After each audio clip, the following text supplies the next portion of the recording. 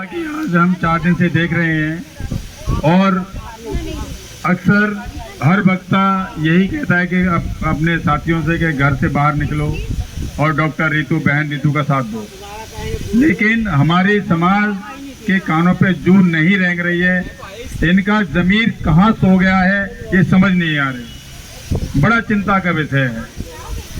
कितनी बार हमने कह दिया और इस धरने से पहले डॉक्टर रितु ने ये कहा था और हमने भी कहा था कि जैसे पायल तड़वी, रोहित वेमुला की तरह मैं पोस्टर में नजर ना आऊं। अगर मुझे जिंदा देखना चाहते हो तो मेरा साथ दो, लेकिन हमारा समाज घर से नहीं निकल रहा है।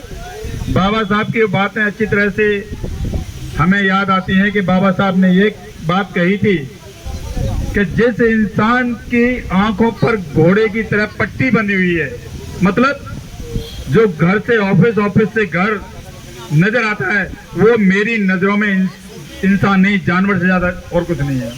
तो वही बात आज देखने को मिल रही है। साथियों, घर से बाहर निकलें।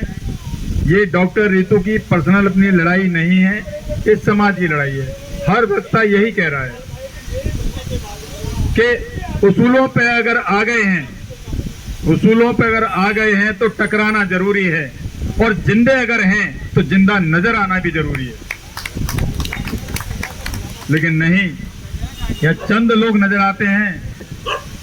मेरी बहन या मेरी बेटी का मनोबल न टूटे, इसीलिए मैं हर समाज की बहन बेटियों से और भाइयों से, बुजुर्गों से सबसे अपील करना चाहता हूं कि घर से बाहर निकलो और डॉक्टर रितु का साथ दो।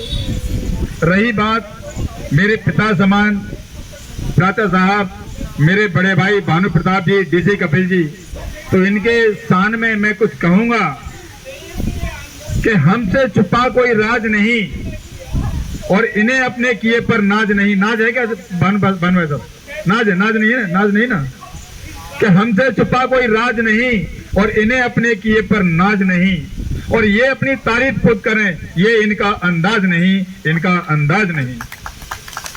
तो मैं बस यही कहूंगा कि घर से बाहर निकलो, निकलो बाहर मकानों से और जंग लड़ो इन जैसे बेईमानों से। ये बेईमान है जो एट्रोसिटी, जो अत्याचार मेरी बहन रितु के साथ हुआ, आए दिन हो रहा है और आगे न हो। इसी बात को लेकर, इसी मुद्दे को लेकर हम यहाँ पर बैठे हुए हैं। बहाना न बनाएं, बहानों की कोई सीमा, कोई लिमिट नहीं होती है। आए, जिसको जब भी समय मिले तब आए, ताकि मेरी बहन, मेरी बेटी रितु के लिए लगे कि मेरा समाज मेरे साथ खड़ा हुआ है। अकेला इंसान हमेशा टूट जाया करता है।